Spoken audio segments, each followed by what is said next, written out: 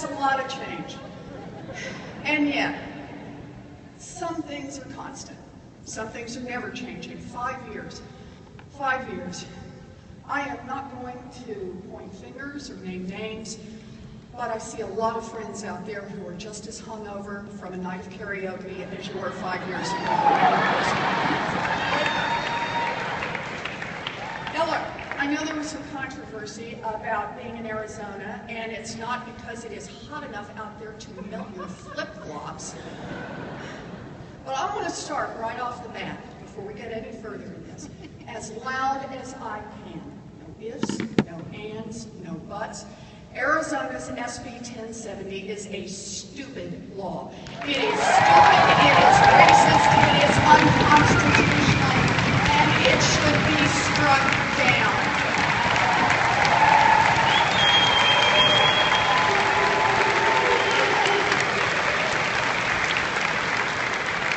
And let's say it loud and clear to the Republicans. If you truly want to do something about immigration, then get out of the way, get on the right side of history, and let us pass comprehensive immigration.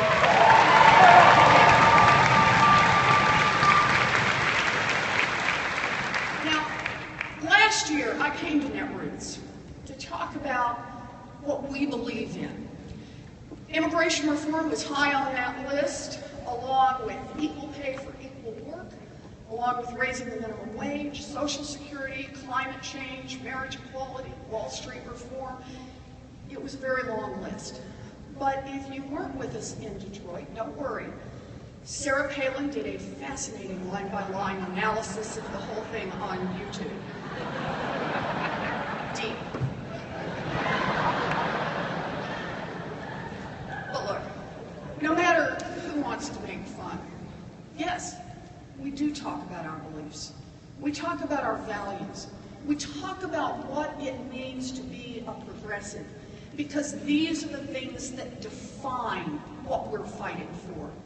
And here's the heart of it. We believe that the real strength of this country starts with people, not with corporations.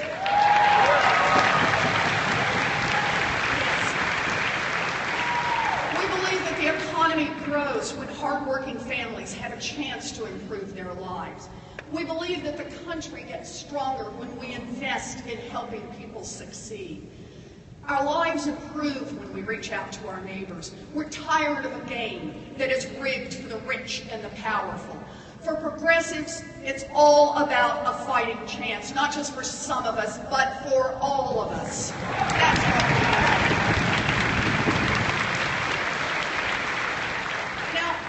The naysayers, the lobbyists, and the public relations machines, the political pundits and the talking heads, the well-greased politicians, and the oh-so-important experts who write off our values as too liberal, too unrealistic to be in the mainstream.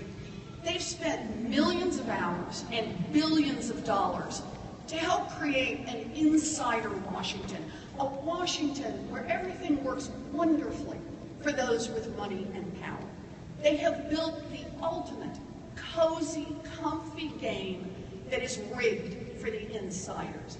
It's the Washington where, despite all the down-home ads that run during election season, the values of the American people are mostly ignored. Now, Insider Washington watched one of its own representatives nearly die from a gunshot to the head just 100 miles from here, and then refused to hear the country's calls for common-sense gun reform.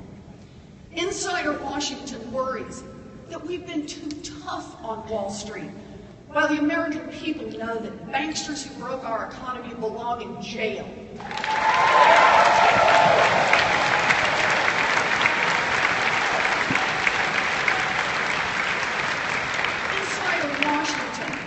Labels any idea with a hint of spunk or ambition as radical and outside the mainstream, while millions of Americans show up for rallies or chip in $10 to support a democracy that represents our true values. That's what's happening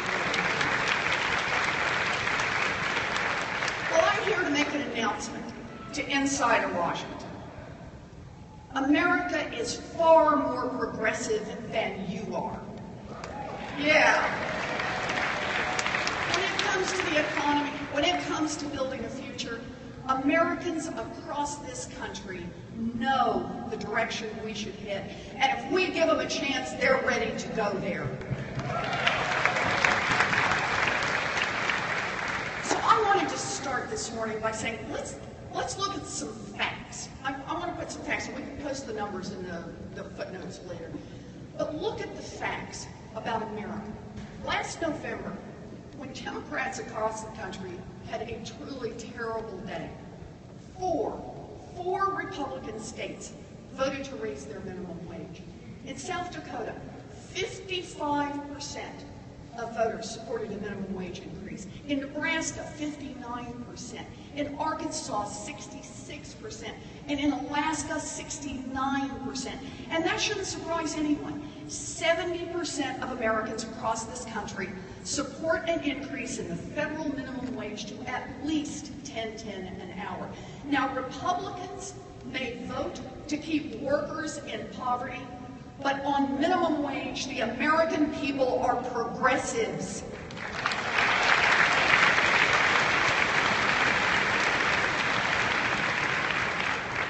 Progressives believe that students shouldn't be crushed by debt, and the federal government should not make a profit on student loans.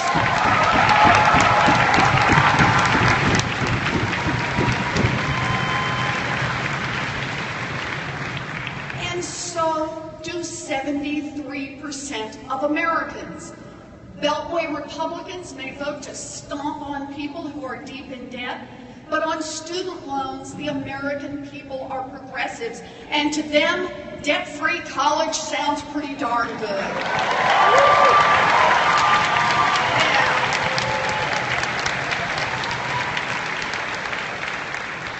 Progressives believe that people should be able to care for sick family members without fear of losing their jobs, and so do 80% of Americans. Republicans may pander to their big business pals, but on paid sick leave, the American people are progressives. That's what we have to remember. Progressives believe that millionaires and billionaires should pay the same taxes as their secretaries, and so do 2/3 of all Americans. Republicans may support special breaks for the rich and powerful, but on tax fairness, the American people are progressives. Progressives believe that after a lifetime of work, people are entitled to retire with dignity, and that means a commitment to strengthening and expanding Social Security. And 79% of likely voters in last year's election also supported increasing Social Security benefits. So Republicans may try to cut benefits, but on Social Security, the American people are progressives, and they are ready to take on the retirement crisis in this country.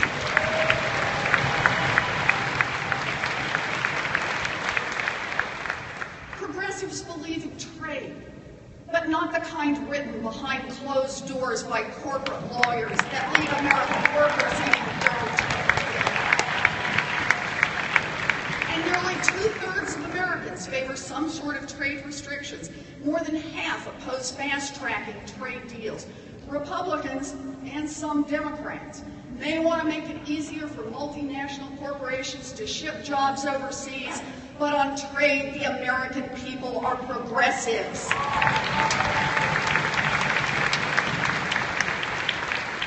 Progressives believe that powerful corporations and billionaires have far, far too much influence over our politics, and their stranglehold over our government rigs the system.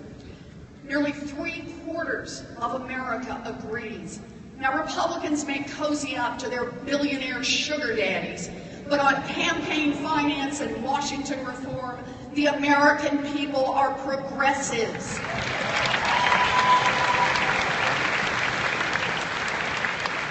Progressives believe that Wall Street needs stronger rules and tougher legal enforcement, yes. And 5 years after Dodd-Frank, it's time to stop pretending and really end too big to fail with rules like Glass-Steagall. That's right. And here's the deal. 79% of Americans believe Wall Street should be held accountable with tougher rules. And there they are. Well, Beltway Republicans may be willing to let the biggest banks break our economy again, but on Wall Street reform, the American people are progressives.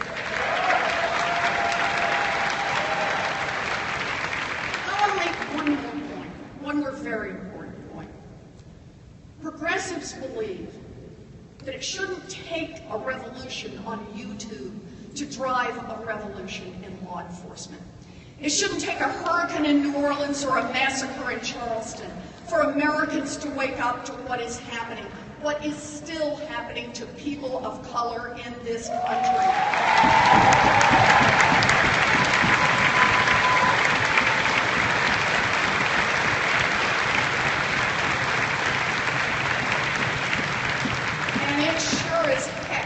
Shouldn't take poll numbers to unite us in our determination to build a future for all of our children. That's right. Now look, House Republicans may still want to fly the Confederate flag, and Republican leaders may cower in the shadow of Donald Trump, but the American people understand that Black Lives Matter and America is not a country that stands for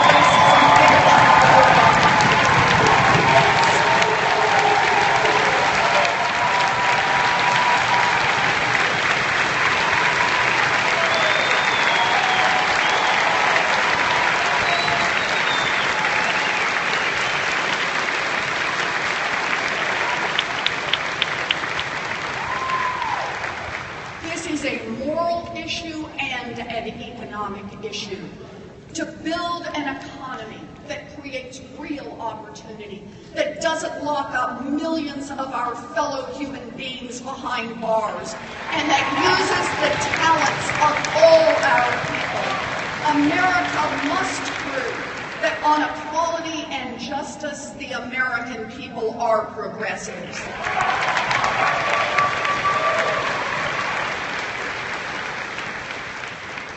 I don't care what Insider Washington says. They can be oh so sophisticated, and they can tell us how our ideas are too progressive, too far left, or just not realistic. But here at Netroots Nation, we have news for Insider Washington. The American people are progressive, and our day is coming.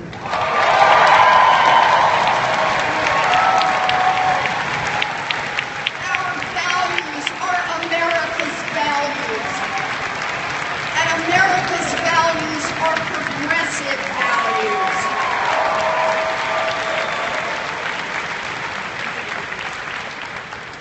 So that raises the question, and this is what I really wanted to talk with you about. How does Insider Washington survive? When the insiders are so far out of sync with the American people, how can they keep calling the shots? How do they keep the game rigged? Well, I'll tell you, a big part of it is money. You said it right. Money. Money for campaigns, money for PACs, but money for so much more. Money to hire armies of lobbyists and lawyers. Money for PR firms and trade associations to sell a message. Money for think tanks to give the cover of respectability for genuinely ugly ideas. Money that flows like a river through Washington. Money that rushes everywhere, sweeping along as much as it can and threatening to drown anything or anyone that gets in its way. And there's a pot of money we need to talk about. The money that keeps the revolving door